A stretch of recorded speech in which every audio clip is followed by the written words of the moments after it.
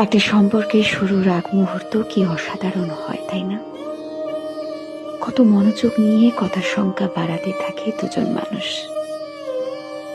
তার চেয়েও বেশি সুন্দর হয় সম্পর্কের শুরুর মুহূর্তগুলো। মনে হয় মনে হয় এই একটা মানুষ যাকে আমার সবটুকু বলে দিতে মন চায়। শুরুর দিনগুলোতে অনেক সুন্দর সুন্দর স্মৃতির জন্ম হয়। দুজন মিলে একে অপরকে নিয়ে কত স্বপ্ন দেখে ফেলে মানুষ। রাগ করে 2-4 দিন কথা না বলে থাকা, তারপর আবার সব ঠিক হয়ে যাওয়ার পরের মুহূর্তটা কি অদ্ভুত রকমের সুন্দর লাগে। সবকিছু অনুভব হয় আমার একটা ব্যক্তিগত মানুষ আছে।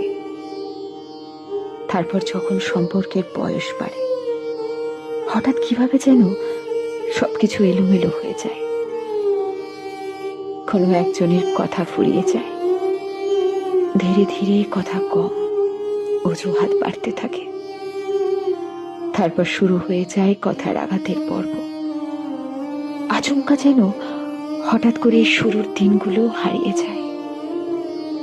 একদিন সব স্বাভাবিক হয়ে যাবে এই ভেবে কেউ একজন অপেক্ষা করে যায়, অন্যদিকে আর একজন কিভাবে দূরত্ব তৈরি করে সম্পর্কের সমাপ্তি ঘটানো যায় সেই অপেক্ষায় থাকে।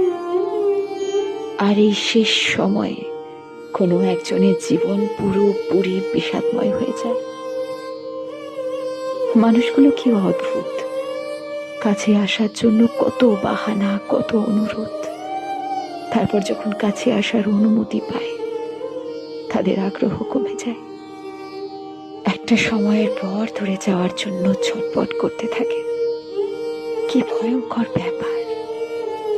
সত্যি, এই দুনিয়াতে মানুষের চেয়ে ভয়ঙ্কর কিছুই নেই, কিছুই না।